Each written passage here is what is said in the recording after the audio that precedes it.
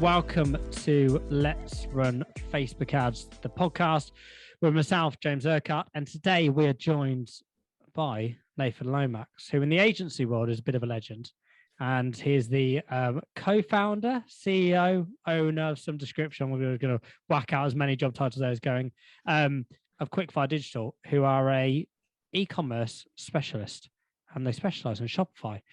And welcome to the podcast, Nathan. Thank you for having me, mate. Good to see you. I better just jump in with the whole co-founder, managing director, CEO, all that good stuff. If other co-founders hear that, they'll go ballistic that I'm claiming to be CEO. So yeah, co-founder of Quickfire, been going for 4 years, focused primarily Shopify, Shopify Plus. And hopefully today we'll be able to share some of our insight in the world of Shopify, what's new, what's coming out, how merchants of all shapes and sizes can benefit from the platform. Brilliant. So to start with, we had Mr. O'Connor on, Matt, who specialized in Magento a few weeks ago. And really, we were discussing the differences between Shopify and Magento. Now, in my opinion, I've always seen Shopify as an entry level for a lot of businesses. And a lot of people listen to this who are small business owners. They've got a product and they want to start selling it without huge overheads to start. Where Matt's opinion sort of differed from myself is that when you get to a bigger size, Magento is better for a larger e-commerce platform. So Nathan, I'm going to throw the cat amongst the pigeons. The floor's all yours. I was just about to big up Matt and say how I think he's an absolute legend, a lovely bloke and full of wisdom. But no, he's spot on. I think maybe once upon a time, a bit like if you'd come to me 10 years ago and said WordPress is terrible, it's full of security hacks and bugs, you'd be like, yeah, fair enough. Now, like over 50% of the world's websites seem to be powered by it. You start to think, okay, is that still the case? Time evolves. I think maybe 5-6 years ago, Shopify may have been the entry-level platform. Now with Shopify Plus, it's the fastest growing e-commerce platform in the world. Shopify Plus continues to host some of the biggest brands. How can an entry-level platform host Gymshark, host Allbirds, host these massive sites, multi millions of pounds? I think that's a slightly dated look. Does it mean it's better than Magento? I think it would be up for debate. Does it mean it's better than VisualSoft? Does it mean it's better than Commerce Cloud? Any of these CMSs, they've all got kind of horses for courses and their benefits. Shopify Plus continues to see significant amounts of people migrating away from your Magento 1s, instead of Magento 2, will go to Shopify. Or, okay, we've gone to Magento 2. It isn't quite what we'd hoped we'll come across.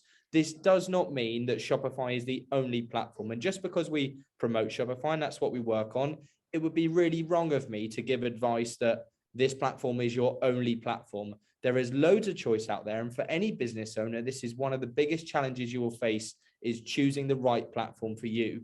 Some of the benefits around Shopify, and I guess why it's getting such good take up, is its scalability. You can start in your infancy with Shopify and you can go through the levels. It starts at Shopify Basic, $29 a month. You then go to Shopify Standard or Shopify Core, $79 a month. You then go to Shopify Advanced, $2,000 to $399 a month. You then go, actually, I want to take the leap to Enterprise and go to Plus, $2,000 a month. And then you start talking about rev share opportunities, etc. So there is absolutely a place for every size of business on Shopify. And the idea is that you can stay in the ecosystem and dial up as you need to in terms of scalability, bandwidth, and features. The transition between Advanced to Plus is where you get access to the most next level features. For example, internationalization used to be reserved purely for Plus clients.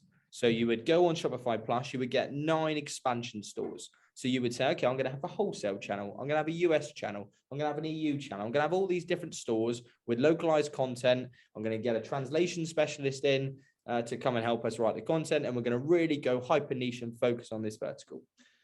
Previously only available to Shopify Plus, but Shopify's gone, okay, I see that actually quite a lot of merchants earlier on in their journey are desperate to expand internationally, test new markets, etc. So they've just rolled out a new feature called Shopify Markets, which you can apply for, which is basically allows internationalization to the mass market, no matter if you're on Shopify, Shopify Advanced, or Shopify Plus.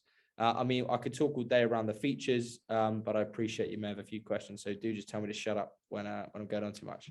No, it'd be silly because Shopify, it's taken the world by storm, in my opinion. And something I just spoke about with Matt. I'm not going to reference Matt too many times during this podcast, I promise. But something that we spoke about is, and again, this is from a social perspective. So again, people listen to this, you'll be running Facebook ads. The vast majority will probably have a Shopify site because a lot of people we speak to, whether it's sunglasses or whatever the product they're selling, have started on Shopify. Now, I like Shopify because you don't need to be a web developer to understand it. And I think that's where Shopify has really come into their own in terms of their growth, is because you don't have to have tons of skills to be able to have an idea and go to market with it, which is lovely. Yeah, I think you're bang on. I think the most recent rollout for Shopify 2.0 is where the game really changed.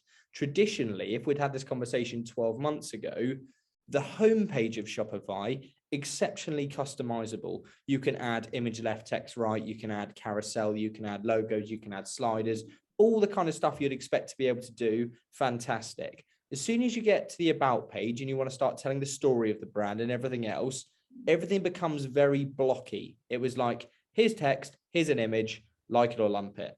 Shopify 2 rolls out and it gives you that same capability you used to have on the homepage, but on every page. So suddenly the product pages could be far more enriched. And if you had a variety of product collections or categories, one category could have a certain feel, another category could have a different feel. And all of a sudden, all of your content could be enriched. People were seeing, actually, I can start adding, if I'm selling foods, I can start adding recipes. Or if I'm doing kind of online courses, I can start doing white papers and all that good stuff. And I could really add value to the customer journey, as opposed to just product here, take it or leave it. So that was massively important. You're spot on that the Shopify support, they've got a kind of 24-hour call center and they've got live chat. That's phenomenally powerful to many merchants that are perhaps worried of lack of IT skills, etc. And they're thinking, okay, I'm not sure if I'm capable of doing this. There's a great support network out there. There's tons of forums. There's also lots of aid to Shopify. You've got two options. Do you go theme-based? And they've got their theme-based store. They're normally $200 to $300, and there's some fantastic themes on there. There is absolutely pros and cons to theme versus custom. Theme can be great for quick turnaround, easy to set up, and everything else. The challenge you have is sometimes around speed and optimization and performance. So what you may find as an earlier merchant, you set up your store, you get a theme, it looks fantastic, but actually you start looking at core web vitals, you start looking at page speed, you start looking at all that good stuff. And that's where sometimes a theme may start to fall down. So then you might say, okay, we're now at a stage where we're generating multiple hundreds of thousands a year. It is maybe time for us to reinvest in the site and go for a custom build on Shopify where we haven't got any of that unnecessary bloat that comes with a theme. If you imagine, a typical theme may come with 3 variations of the theme, and it will also come with 15 different sections. Now, 7 of those sections you may never use. Yet because it's a theme, it's there, it's in the background, the code is there, ready for you to deploy at any moment. Lovely, but if you're never going to use it, totally pointless, and it's eating up valuable resource. So there is absolutely an argument to say go custom as and when you can. But again, if you're doing 50 grand a year, 100 grand a year, unless you've got a really bullish approach that says, you know what, I'm going to scale this 10x or 20x in the next year, then don't run before you can walk. Get yourself a theme, get yourself set up, get some traction, prove a concept, work with someone like yourself to drive some quality Facebook ads, etc. And then say, actually, right, we're getting some good traffic, we've proved concept, we're generating sales. Now it's about feeding the beast. More £5 in, more £10 out. How can we start really building something and getting some traction? And then you can start looking at it. Do I want to split test certain landing pages? Do I want to introduce certain apps? I mean, the app marketplace itself on Shopify, 4,000 approved apps. There is unbelievable amounts of functionality. Some of the big ones we look at, subscription has been massive over the last 18 months. Every man and his dog's talking about subscription. Look at something like Recharge. Powers about 70% of subscriptions on Shopify. Okay, you want to look at loyalty. Perhaps you look at Loyalty Line or Nosto or one of those. Perhaps you look at, Loyalty Line or Yotpo. If you're looking at e-commerce personalization, you might look at Nosto. There's a whole raft of email marketing. Go with Klaviyo. There's a whole raft of ready-made integrations. And certainly, James, from your side with the social integrations, your integration straight into kind of Google and the Google product feed, or Facebook and a Facebook shop, or Instagram, etc., is all fairly straightforward. And with a bit of hand holding, you should be able to set it up fairly effectively.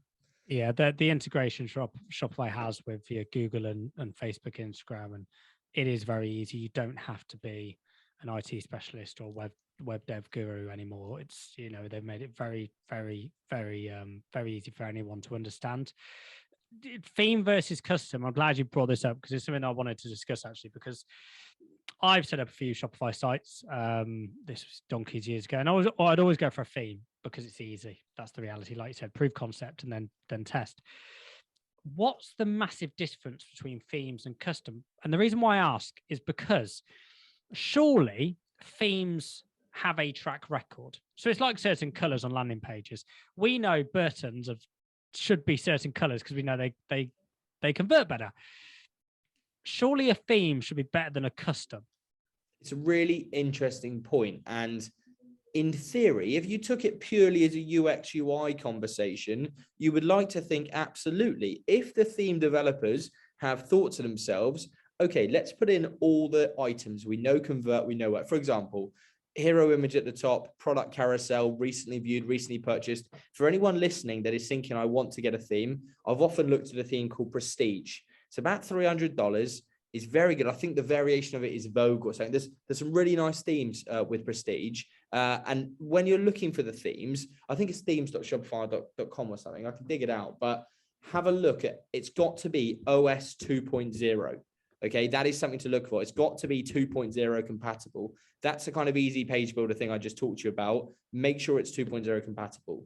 So, okay, you've chosen your theme. Yes, in theory, the UX UI would be thought through to a point, right? Because actually the stores are for multi-use. And therefore, when you start taking it to the next level and you start thinking, okay, I'm a baker and I sell pastries. Now, yes, you can use a theme over here, which is fantastic for cosmetics and really nail for cosmetics. There will be lots of similarities. However, there will be certain intricacies that just aren't relevant. And that's where you start to think to yourself, okay, if I'm really looking to scale this, what else is important to me apart from something looking fantastic? And this is where really the kind of the web developers of the world kind of earn their grain in terms of, you know what, I don't just want a pretty shop window. It's all well and good having something that represents the brand and someone goes, oh, isn't this lovely? But when it takes 9 seconds to load, you start to think, okay, well, actually, is it style over substance? There needs to be a bit of both. So can we think about the user journey and say, okay, see what theme developers done over here, but they've kind of stereotyped my audience and said, okay, everyone's going to do this, and this. They might, and many of them might. However, sometimes you actually would be better going, okay, no, let's get the actual data for your audience. How do they behave? How can we customize this? And how we create a really bespoke experience? The big thing, though, really comes around performance. As say, if you're just looking for style, something nice, something to represent, maybe you're going for investment and you're thinking, okay, I want to punch above our weight a little bit and look fantastic, but not spend the earth. Totally understand that, support that, get an MVP up, go with a theme. If you're like, you know what, I'm ready to kick on, I really want to accelerate this brand, I want to be doing multiple hundreds of thousands a year, at some point you will see actually it's not just about looking sexy. There are other things. It's about the mechanics under the bonnet. It's about the quality of the engine, all this good stuff, which normally comes from a ground up build within Shopify. It's a fair answer, because you're right. Themes are, and I've probably used that term a lot actually with themes, sexy. Yeah. Visually, they're fantastic, aren't they? And you can't really get them wrong. And especially when you're early stages, that really is the hardest issue. How can I make it look sexy and make us look not amateurish? Yeah, exactly. And improve conversion, right? So some of the themes will be like, okay, I've currently cobbled something together myself on Wix or Squarespace or whatever, and good on you, and that's fine. And actually, just let me say that they also have their place. Loads of money's been invested in them. So I don't want to sit here and shame those platforms, because actually they also have their place in the market. But let's say you've started, you cobbled something together on whatever page builder you decide to build it on, or whatever website program you decide to use. A theme is almost the next step to say, okay, I appreciate you are trying to keep costs low. I appreciate, as an owner founder typically of a business, you are wearing many hats. If you are happy to admit that you are not a website specialist, you are not a design expert, here is something that will help you. install it, hit the button, pay the money, install the modules. It really isn't that difficult. No, that's a good answer, Nathan. Like that. Thank you. Like that. Right, we're going to go on now to just the e-commerce sphere in its entirety now. And the reason why I'll really do, and I'm going to sort of throw some stuff for you, which and again, this is from a social and what we're seeing on social platforms in terms of costs and what Facebook are doing. Or let's say post COVID, we know people buying online has just risen huge volumes, and that's not going to change. People are going to keep buying online. There's debate, and I know you've had them recently about, what is the state of the high street at today and where is it going to be in 5 years? I've got my own opinions on that, but how do you see it now, and how is Shopify going to keep performing the way it is as the landscape changes? It's a really good question, and it's interesting because a lot of people talk about omni-channel retailing and creating consistent experiences, whether you be bricks and mortar in store or whether you be online or whether you be on social, etc. Many people are seeing bricks and mortar stores as a channel, okay, one route to drive sales, and online is simply another channel to drive sales. So the client I was pitching to yesterday currently got 6 stores all over the county, now looking to extend a 7th. Rather than another bricks and mortar store, online will be their 7th store. It'll be another revenue generating center that they can test and measure just like all of the others. So I think the way in which the world is going, you look at something like Shopify POS, its point of sale system. This is a massive thing for smaller retailers and bigger retailers as well, in fact, where you're going, okay, I'm taking orders in a store. Stores will always have their place. Certainly, in my opinion, those that are looking to push boundaries and be more experiential and start tapping into tech within the store, super important. But actually, I need my stock to sync. So if I sell t-shirt in store A, I need to make sure that website doesn't sell the same t-shirt. So using something like Shopify's point of sale system, Shopify POS, which has just had significant investment into it to take it to the next level, actually then allows you to seamlessly manage stock all in one place. So I think that's a massive challenge for retailers at the moment, is they're keen to have a bricks and mortar offering, or go to trade fairs, or go to shows, or go to whatever, pop-up shops, whatever it is you want to do. You want an offline presence, but you're worried, how am I going to integrate stock and kind of sync stock? Shopify POS should handle that and make sure that's not a problem. I think in terms of the high street at the moment, as I say, bricks and mortar will always have its place. I think more and more so you see shops starting to diversify and moving away from a clinical come in, buy our product and go, to more of almost a concierge or something that you can't get online, which is that real specialist, personalized, personal shopper style of feel. Hi Jim, nice to meet you. Tell me a little bit more. Oh, okay, how's your family? Haven't seen you in a little while, blah, blah, blah. This is something that we're trying to replicate online, but we'll never truly get that personal touch. You've got some phenomenally powerful tools, the likes of Nosto, the likes of Site.ai, the list goes on, some fantastic tools that really allow you to take a step closer to feeling like everything can be done virtually. And as we get on, you start thinking about the metaverse, and actually, are we even going to be having face-to-face conversations anymore? Am I going to be, so the founder of Reddit recently said, in 3 or 4 years' time, we're going to care more about our avatar online than we are with how we look ourselves. So I'm not going to be buying myself some new Burberry trainers or diesel jeans or whatever. I'm going to be buying my avatar those things, and I'm going to be rocking around in trackies. Like, what a sad state of affairs that will be. I think at some point, there's got to be some pushback. Do you believe it? So I was talking to Nick about this. So these Oculuses, they made me feel ill. I put my it was, do you know what I was supposed to be on? We were supposed to be on that thing with Cactus, weren't we? And I don't know if you went on. Yeah. No. I put it on about an hour before. I was messing around with my other half, and we're just, you do all the things with it, don't you? Start. I had to go to bed.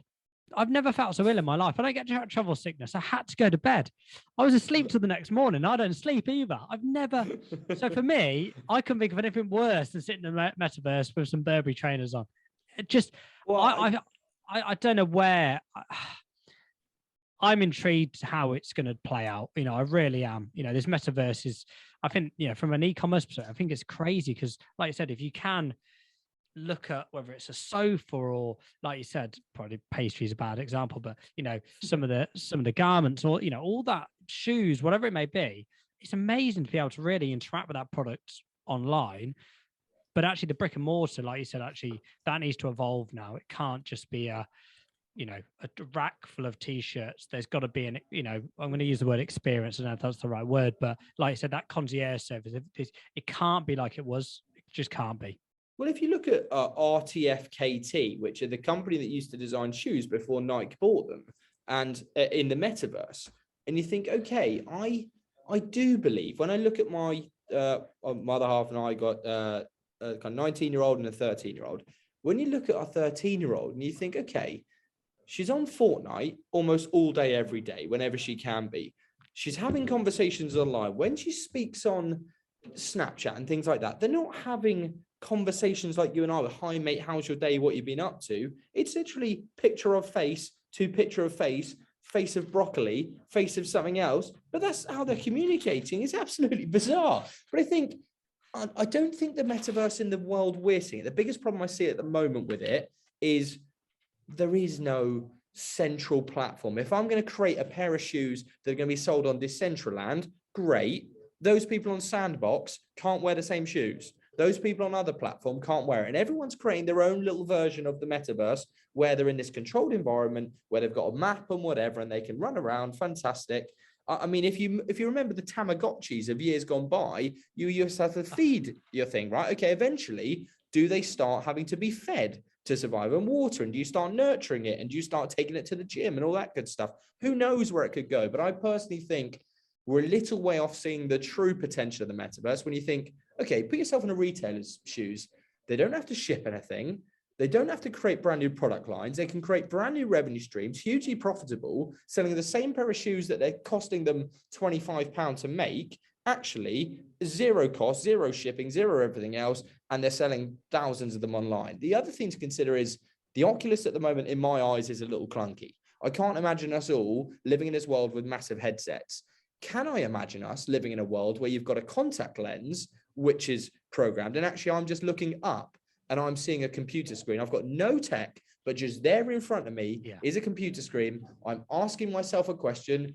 Nathan, I wonder how to do X. I'm being told, and then I'm having a conversation with you. That's where I think it will go. Super scary, super worried about conversation. If you think now, whether it be dating, whether it be friendships, whatever it is, years gone by, you would go to the pub, you would meet someone, you would have a conversation. Nowadays, today's society is so afraid of rejection and what might happen. I was down listening to Stephen Bartlett on Monday, and social media has delivered many fantastic benefits, but it has also delivered some shocking things as well. Now, this isn't for one moment to say use or don't use social. I think for social, for driving commerce and everything, amazing tool, you can't ignore it. However, from a societal point of view, is it right that we don't interact with people anymore? We don't go for coffee. We don't go for a beer. Instead, we'd rather just hop on a FaceTime or hop on a Facebook message or whatever. I think that is extremely sad. And I really hope that we do get the balance right between the metaverse and going fully online versus face-to-face interaction. Yeah, we won't get into too much politics, but if it was like Ready Player One, it'd be cool. it'd be cool as shit. Those clunky things on your face, not for me. I'm not in that. Something you spoke about there was obviously social commerce. Now let's go on to this now. So I want to give you sort of just and I don't know how, I know obviously what Quickfire do, and I don't know how much you know of and how much data you get from the social platforms. But since the Apple update, as we all know, it's been a pain in all our asses from an attribution window. Since that's happened, social commerce has become a bit of a pain again because of the tracking issue. Now, we're testing numerous things internally with some quite big budgets. We're getting a vast amount of data back. And this is from offline sales, so creating a lead for someone. And obviously, again, e-commerce, send them to Shopify and also doing it on their own online shops. What we've seen very quickly is the cost when we're sending people away from these platforms grow exponentially, huge costs. When we're keeping people on the platform, whether it's a Facebook lead form or again, an Instagram shop, and we're sending people traffic to there, we're actually seeing the cost reduce. Now, I didn't know if you're aware of that too much, Nathan, but my question is, if that's the way Facebook and Instagram and these social platforms are going to continue because they can't afford to send people away from their platforms, does at some point that worry Shopify and go, right, what do we do here? Or is it just the nature of the beast? We're going to have to always have a website because we want returning custom. Again, I'm going to throw you that curveball there, buddy. I think it's really interesting because one thing Shopify has been very good at is moving early and moving fast when it's social integrations. The relationship it's established with Pinterest now, the relationship it established with Instagram and shopping, the relationship it established with Facebook shops, the relationship it's got with Snapchat, the relationship it's got with TikTok. All of these social channels, Shopify is one of the first integrations that is really powering that. And you can see, I guess, is it because there's a fear that bloody hell, if we don't do something, people might just decide, I don't need a website, I'll just have an Instagram shop and that will be fine. Logically, it makes sense. If you're on Instagram and you're disrupted by an advert or an advert is put in front of you and it draws your attention and you click and then go elsewhere and you lose your train of thought, I can imagine that bounce rate and kind of conversion will reduce and bounce rate will increase because you'll think, actually, no, I was doing something else and I'll come back. Having said that, if you can stay all in one platform and make it as convenient as possible, and that's the big thing here, relevance and convenience. If you're seeing an ad over here to a pair of trainers that are white, that look like a Nike trainer, you get over to landing page and you've landed on a flip-flops page, it's massively irrelevant. You're thinking, okay, well, that journey isn't consistent. You've wasted my time. Okay. Whereas if you're seamlessly held in one environment and it's really pain-free and 2 or 3 clicks, and that's the big thing where a giant like Amazon has got it so clever in that 2 or 3 clicks, you can almost buy accidentally, right? You're just like, okay, click on product, add to basket, click. Oh my God, it's coming in like an hour's time as well. It's not even like 5-6 days. It's like, okay, this thing is arriving in literally 24 hours or less sometime. But the other day, we got a Uni barbecue last Christmas, Uni pizza oven, and I needed some fire pellets. And I thought I was going to have a pizza tonight, but I won't because I won't be here in time. No word of a lie. Within 5 or 6 hours, these pellets are on my doorstep. I'm like, what the mind blown? What the hell? And they start thinking about drones and them start delivering. And eventually we will be able to almost in real time buy something and same day in a few hours, it's on our doorstep, which is brilliant for these massive companies with massive budgets and fulfillment, logistics houses, etc. I do worry though, in terms of the expectation set for smaller retailers where they can't afford that infrastructure, yet suddenly everyone's pre-programmed to expect next day, yet Mrs. Miggins that's selling candles, actually it might take 2 days to go through her process. I'm really glad you brought that up actually, because some of the smaller retailers that have come to us over the last, I'd say, year, before we take anyone on, we really look at their product, we look at the data they've already got, and we go through their journey and say, right, how are you converting right now from people that are warm? These people already in your ecosystem, they understand your product, they like your brand. If the figures don't add up, then when I look at it from a cold social perspective, we just very bluntly and say, either do this yourself, because obviously we're not cheap, so take your fees off, boom, do it yourself and understand it before you go back at the market. Or a lot of the time I have to say, I don't see this working longer term, because like you said, in places like Canada, where we have a client where we consult for them, their postage fees are something like, I think it's like $15. It's something nuts in Canada. The fees are, but when like you said, when you're up against someone like Amazon, you can't compete. It's impossible from a small retailer. So you can have an amazing product. You might want to go to market quickly, but you're competing with Amazon, regardless of what market you're in, because they've got absolutely everything. You can't compete.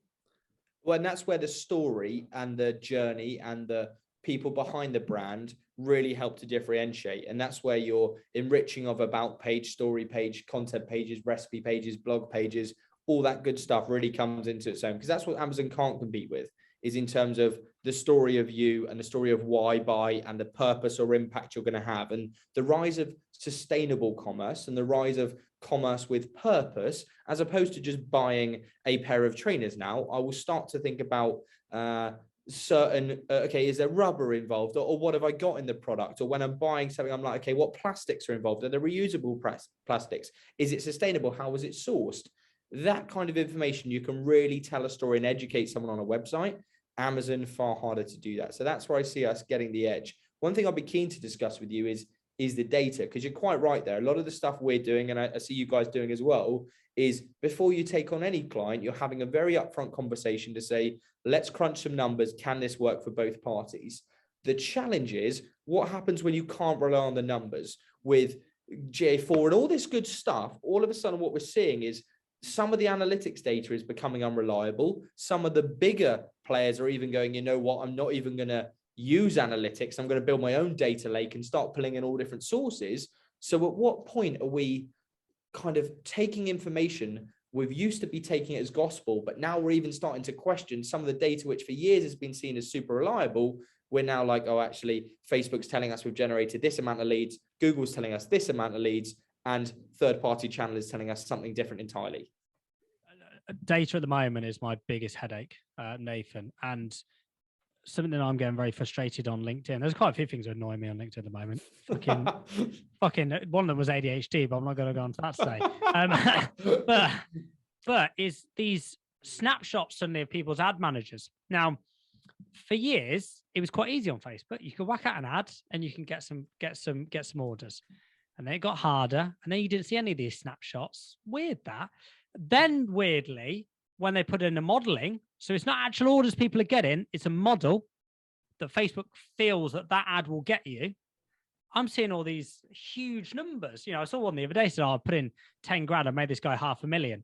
And it's a modeling attribution. So whenever you see these on LinkedIn, you look at them and go, they look fantastic. It's not reality. All that is saying that ad should, in the time that it's live, should get you this. Now, obviously, Facebook data, it's vast, and the modeling behind it, I'm sure, to a level is correct. So I'm not going to sit here and say that these guys don't know what they're doing. But in terms of money in the business's bank today, it's not there, which is why, you know, using things like UTMs on Google. But again, you've still only got this 7-day attribution window. So all you can really rely on is, let's say, a Shopify platform is traffic in and revenue, and actually watching people go through that ecosystem of they've entered your platform, right? How many products have they looked at? Right. How many then add to basket, initiate checkout, abandon cart rates and data, and then obviously conversions, you know, things like average order value. What's your lifetime value? How often do they come back and order? You know, we spoke about subscriptions earlier. All these things are the data that I look at. I don't look too much now pre-click, because that's data that unfortunately is so muddy it's muddy at the moment. There's not much you can do. That obviously, look, we can see the volume of clicks through, and they should then match obviously your Shopify site. But you are right, at the moment it's very tricky in terms of crunching those numbers. I always start with what is your current reverse engineering figures, if that makes sense. What is your current average order value? What is your current lifetime value? Because if the current average order value is say £50 and the lifetime value is only 100, but I know that industry is going to cost around £200 to acquire a customer, well, then this commercially, this isn't viable for you. And it doesn't matter if it's me or John down the road, you can't do this. You know, and I'm going to tell you that openly, which I know sometimes it doesn't go down well, and I get that. But I have to be honest with them. Otherwise, they're going to spend a load of money on people like us and go, oh, Facebook ads are rubbish. Well, they're not. It's just that it wasn't set up for you. So to answer your question, I guess really it's looking at the data, what's actually reliable, not Google versus Facebook versus TikTok versus SEO, you know, all that stuff. There's no way now. It's, you know, it's a nightmare, and you're probably seeing the same. Yeah, exactly right. We are seeing the same. It's incredibly difficult for retailers to make decisions when they're saying, look, if you build me a machine that I can put £10 in and get £20 out, I will invest more and more and more. And we're going, well, this is fantastic. But then when you get there and you're trying to show someone the business case you've just built, and then you're showing this is what they're doing, and they go, well, my digital marketing manager is looking at analytics and they're saying this, and yet Shopify saying this, and then Facebook saying this, and everything doesn't seem to talk. And you're thinking, okay, well, what is our single source of truth now? Do we have to create our own data dashboard or whatever that can pull this data? Do we have to, again, if there's a 2, 3, 5% variation, we can probably live with it. But if it's 10, 15, 20, 30, 40%, well, then it's impossible to forecast, to plan, to do anything. It's a nightmare. We've got a lot of clients in the e-commerce space. One, Anna, who is a jewelry brand down just outside London, and we've always got her on average probably 7 to 8 times return. She makes it handmade jewelry herself, her and her team down there. Really, really cool stuff. And we've had that for a year and a half. We know what works. Mother's Day, all the rest, it works fantastically. Post the update, 0.52 if we're lucky. Now, when you actually look at a Shopify site, the volume of orders and the money she's actually taken in day to day has not changed. What's changed is what we're able to attribute to where. And I think digital marketing managers now and business owners listening to this need to really go in with a level of, I'm going to use the word maturity here to say, we don't really know right now. We know there's an issue across the board. It doesn't matter if you're Google, if you're Amazon, if you're Facebook, everyone's got the same problem. Even Gymshark, everyone's got the same problem. We're going to have to take a punt and really rely on the people around us as experts, because that's the only thing we've got. We spend hundreds of thousands on these ad platforms every month.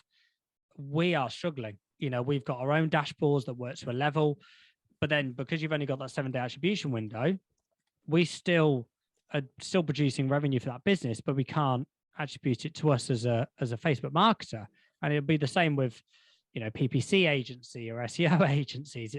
It's really, really difficult. But I think, there's going to be, for the time being, and it's probably going to take 6 months to a year potentially to get to a place where either all these big platforms have made friends again, the lovers tiff has stopped, and they're all mates and they can all go for a beer, or there's a solution. At the moment, there's no solution. And it's an issue we've all got, and it must be hard for you, Nathan, actually, because e-commerce is a transactional business. It's all about the data. It's all about the numbers. It's all about the results. And that's why we went into it in the first place, is because it's transparent, and the world of digital has a particularly bad name. There's a lot of kind of smoke and mirrors with many sub verticals within agencies and within the world of digital. And so many people, I don't know how you find it, but honestly, I'd say 5 out of 7 conversations is someone saying to me, I've been burnt before. I've been ripped off. I've been let down. And you're going, well, surely there can't be that many that are that bad. But no, 5 in 7 have been let down, overpromised, undersold, whatever it is. So a lot of it is around reassuring a client, showing them the facts. And when you show them the data and the facts, and then you can't rely on those facts, that becomes an issue. But I just think, like, if you think of Shopify Plus in particular, and you think of David Beckham and his eyewear brand is on there, Victoria Beckham's on there, Adele's on there, Kylie Cosmetics is on there. There are some massive brands that are now in Shopify, and actually businesses, as you quite rightly say, these big social players, the big web players have all got to come together and say, this is a massive problem and it needs solving, because we need data to rely on to continue growing our businesses. Like I said, there's those big players, Gymshark, I reference them a lot on this podcast, Gymshark, because everyone's seen what Ben's done, from his garage. It's incredible. It's brilliant what he's done. Only local to us down the road, and a lot of e-commerce stores will look at Gymshark and go, "That's the goal," which I totally get. It's unlikely. I hate to give you the bad news, but it is. It's unlikely. But Shopify, the fact that they can actually look after you, small business owner down in Leamington or down in Bournemouth, wherever you are. Also, Ben's multinational now tank of a business, just an absolute beast. That shows how far Shopify's come. And, I think for any business that are trying to get into the e-commerce space, using that as a base, and, again, Magento potentially down the road if you get too big, like Mr. O'Connor said. Like I say, I absolutely encourage you all, if you take anything from today, there is no such thing as being too big to go to Magento, but this isn't a hate on Magento parade. Matt, the team at Actuate, Magento agencies, there's a few of them out there. fantastic. It's absolutely the right platform, the right horse for certain courses. However, do not go in with the myth of thinking, oh, I'm now at 15 mil and I can't be on Shopify. I have to migrate.